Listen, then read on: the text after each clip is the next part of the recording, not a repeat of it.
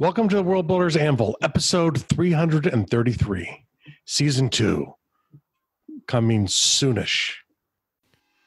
Don't know where to start building your fantasy world? Do you need more? Does it make sense? Forget any worries and become a crafter of imagination. This is the place where we will prime your mind. Now, it's time to heat up the forge. Break out the mithril ingots and hammer. Welcome to the World Builders Anvil. I'm Jeffrey W. Ingram. And I'm Michael Miller. Let's sup from the milk of Java and build.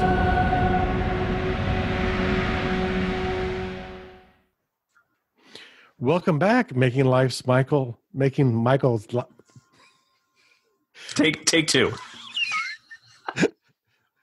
Welcome back, making Michael's life easy as always. I'm Jeffrey W. Ingram.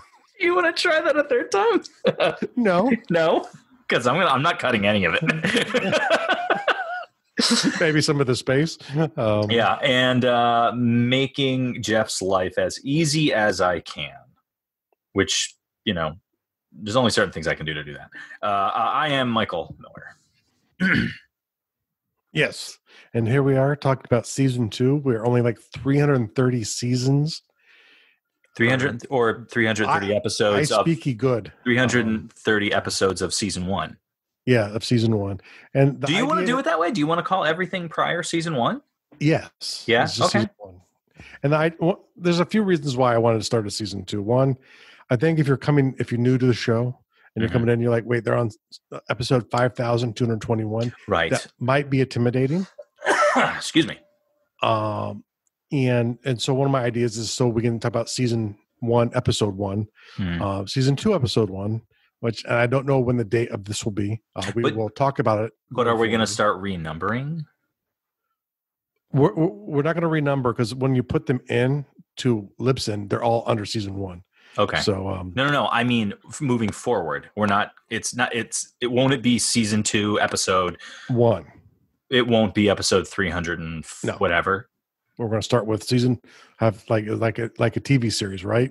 Season 2, the first episode is episode 1. We can argue about that. I might want to argue about that. But so if you guys haven't caught on yet, we're going to change the structure of how the show is delivered, basically as an organizational tool for us, but also as a means to give you guys more.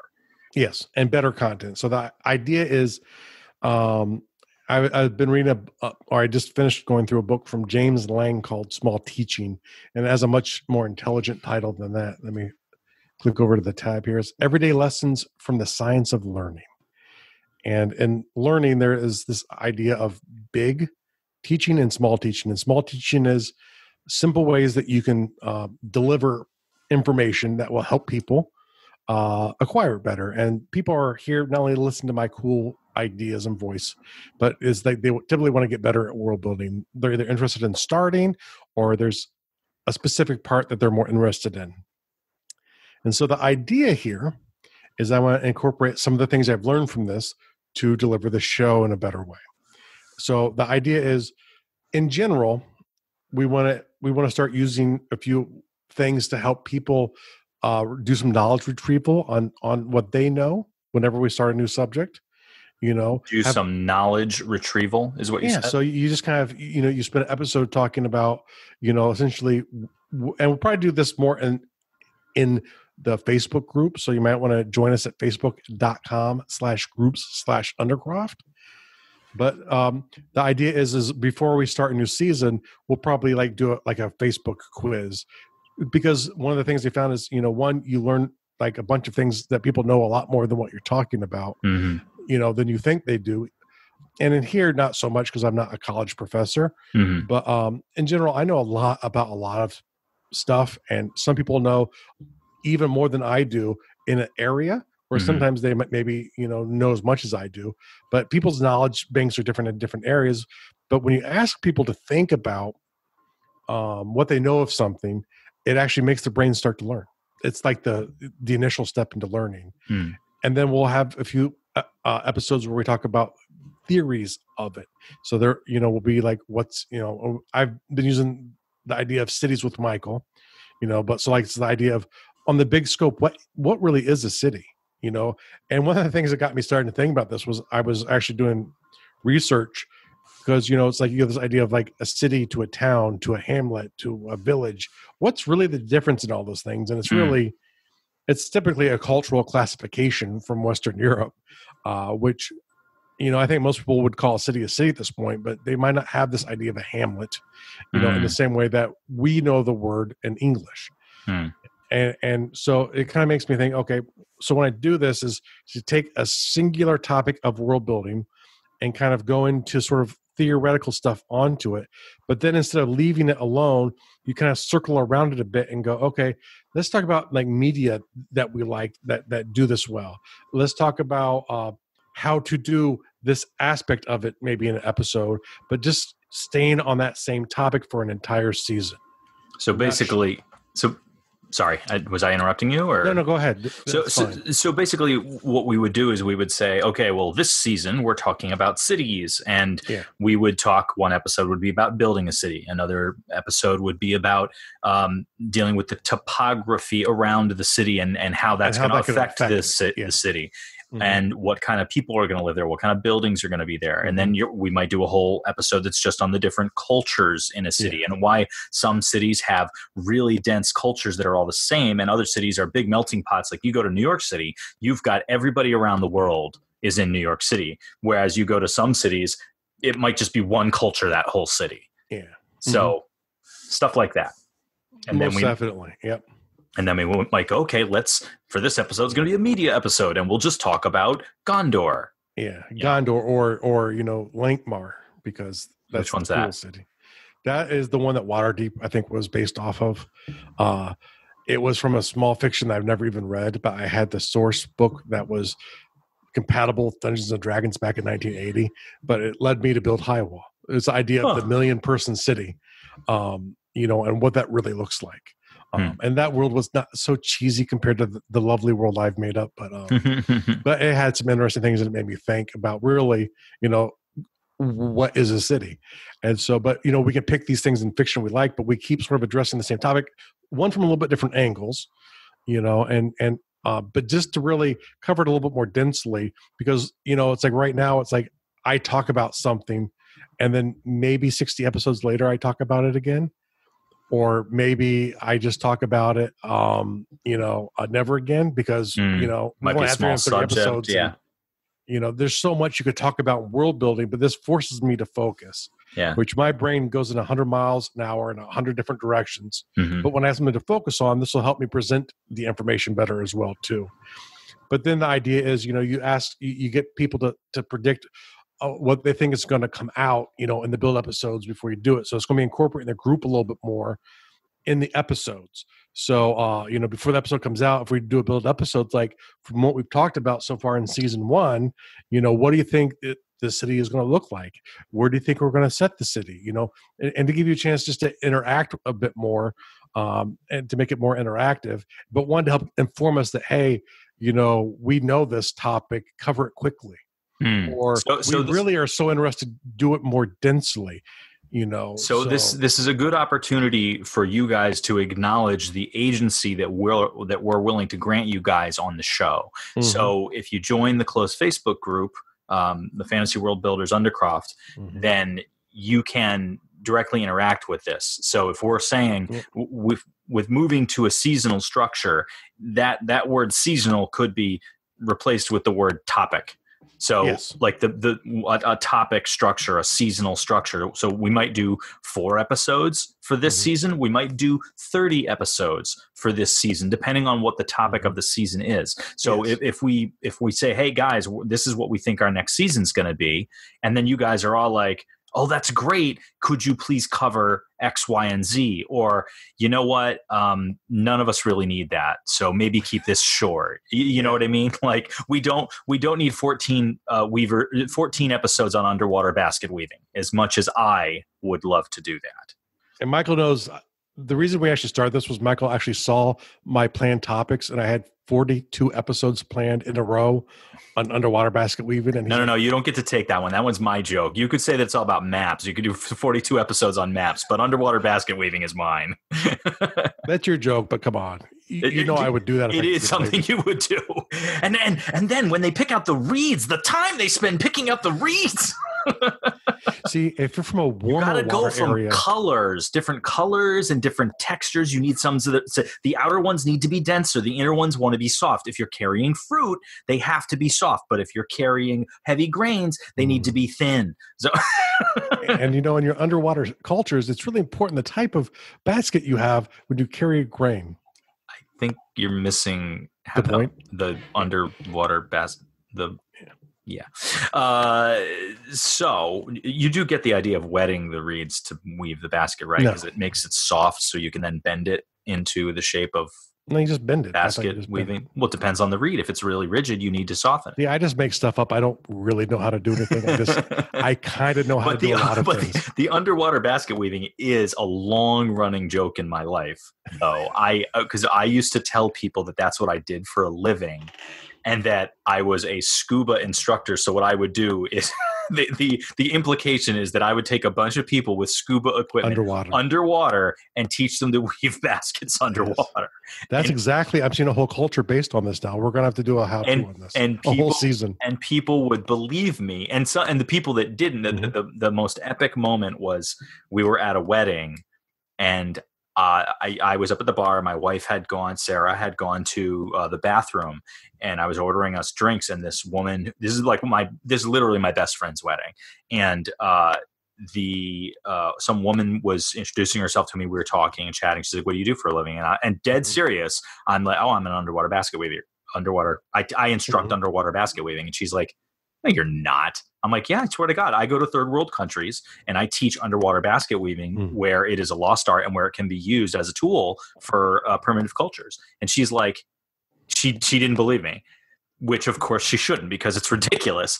So when my wife got back from the bathroom, she immediately turned to my wife and she says, "What does he do for a living?" Without any hesitation at all, she said, "He's an underwater basket weaver." And I was like, "Oh my God, you're the best!" I could not believe that she, without any hesitation, without missing a beat, that's exactly what she told her. It was so funny. Like, we still laugh about it. And that just shows her knowledge of her topic. Exactly. I was thinking too, it'd be great to just be like, "Yes, I spent years in Kazakhstan with their underwater divers, learning how to properly sew baskets, and now I'm bringing that to the world."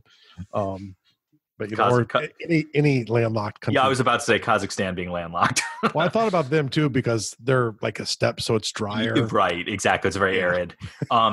So again, the takeaway from us on a tangent about basket weaving is that you guys have agency when we start talking about what the next season will be, and we'll talk about that in the closed Facebook group. Yeah, that's your chance to influence how deep we go, what we cover. If there's, or even if there's something that you're working on in your project that you'd like us to cover with the following season, like you could say, "Hey, listen, it would be really great if you guys did a whole season on foreign culture or on tectonic medieval plate guild shifting." Setups. Yeah, sure, whatever it is. So, and probably the first season will be, if you go to gardoul.com/bonus, I'll leave up a link to the mind map, which I used to give away at the beginning of the series, which is sort of my brainstormed the way I like to think about world building. It's not meant to be comprehensive. It's meant to be a starting place for people. But we'll be talking about essentially on there what I like to call the basics, and why I like to talk about the basics, but as a fundamental building block, and we can spiral in deeper, on the topics that interest people. For me, culture, and you can kind of tell from my map, is a huge one. But as we swing around, in there, and what do we expand and go into a lot more, will drive a lot on the feedback and the desire of the people in the audience. So, and like I said, we'll always try and have tie-ins in every episode in the group. So if we're talking about like a how-to, you could make fun of me for my choices, as the internet is designed to do. Or if it's something about we talk about the theory of it, kind of come up with your own.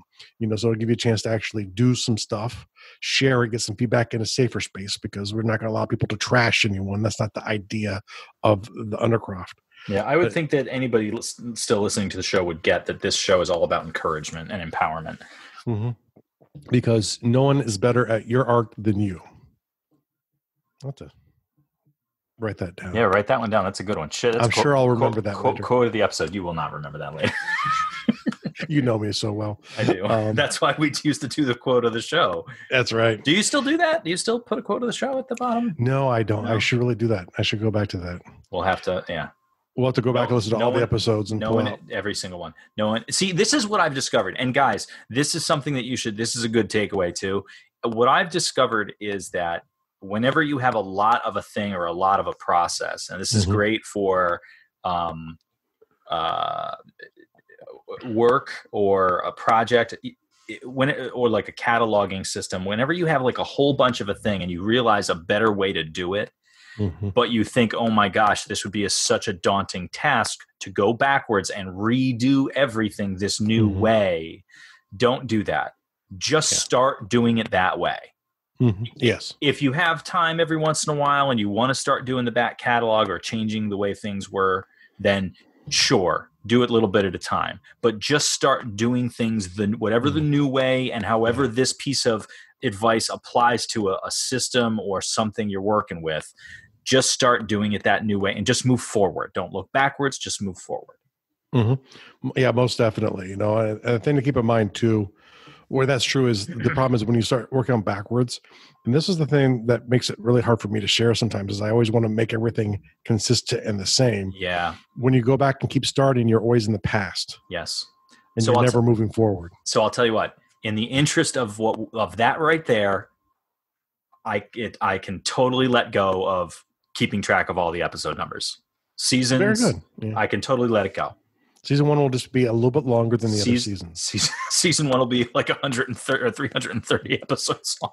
Michael's hoping, but when we get to that basket weaving season, it could take a really long time. Here's what I wanted to have a conversation with you, and I'll keep it really brief here on the show, about when we catalog old episodes, and maybe we just do what a lot of other sites do, where you put tags on them, because different show sites that I go to, I find it very difficult to go into archived episodes and find one. Like, I have shows that I've listened to where their websites are set up so poorly to get to an episode from 2 years ago. It's super hard to find. Like, you gotta scroll through a million things, or you gotta, there's no easy way just to get back to it. So I want to make sure that, because we will be updating the websites, as that occurs, and by we, I mean Jeff will, and I will stand by idly and just cheer me on. No, I will critique and offer suggestions. And, you'll pester me. I will pester you. I want it. Exactly. That is exactly what I will do, and it's what I'm doing literally in this very moment.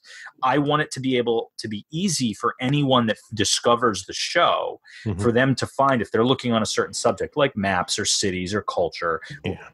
Color, like we've done whole episodes on color.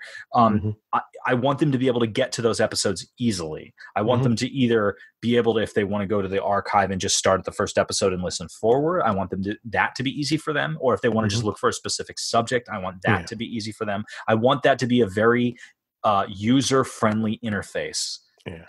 So yes, that's something that is important to me for new listeners, and moving forward, obviously, as we change to a seasonal setup, I assume it'll be a little easier, because it'll be like, I'll just click on season 1, that's all about cities, and I'll click on season 2, that's all about culture, and so on and so forth. Well, season 1 will be all about whatever, but you know what I mean. I'm not declaring that season 1 will be cities. We'll make season 2 I'm just saying obvious. And so that's the way we're going to make it going forward. And then too, like later on, after we have 5,000 episodes, people will be like, you know what? I'm new to the show and I want to learn about cities. Where should I go? Let me go to this place with all of these cities. Yeah, that's right. So all of season 1 will be all episodes that we'll do up to this point. And we'll tease it more as we're getting close. We have to brainstorm out little bit more stuff here. Have you decided, or do you have some subjects for us to consider of what the first, what season 2 will be, when season 2 will start, and do you want to?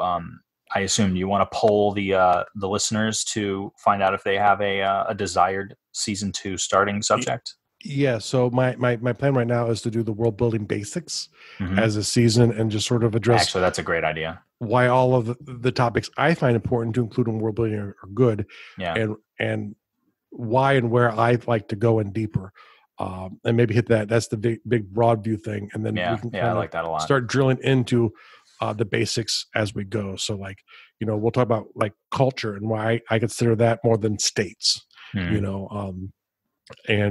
And geography and the sky and we've talked about these things before, but we want to do it in a little bit different way, and one to make it us, but also to sort of explain it in the way that it will I think it will most benefit people if you do it via a framework, which is something we've talked about, and how you can use that to your advantage.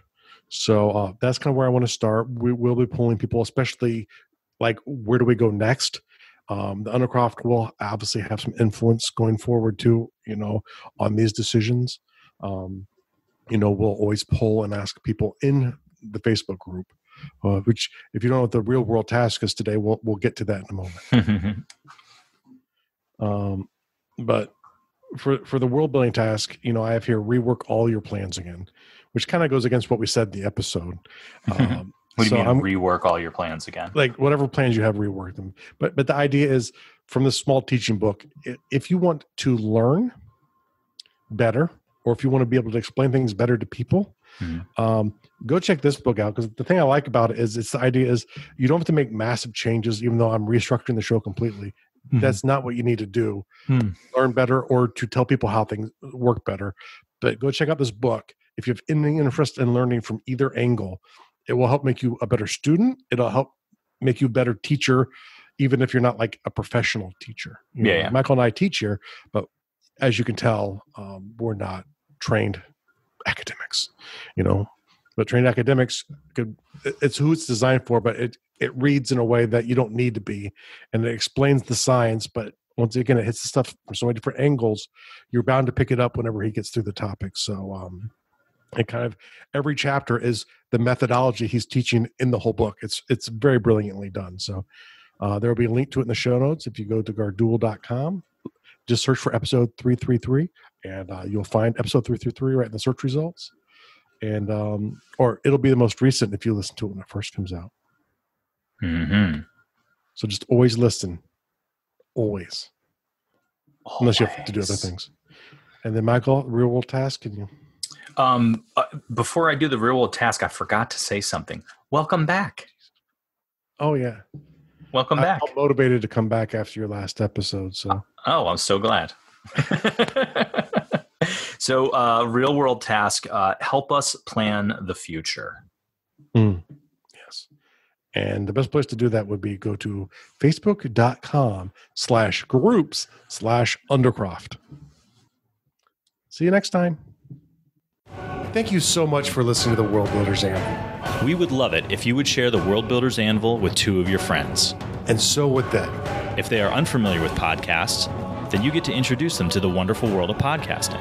Take them to Stitcher or iTunes, or best of all, just send them to our website, www.garduel.com. That's GARDUL.com.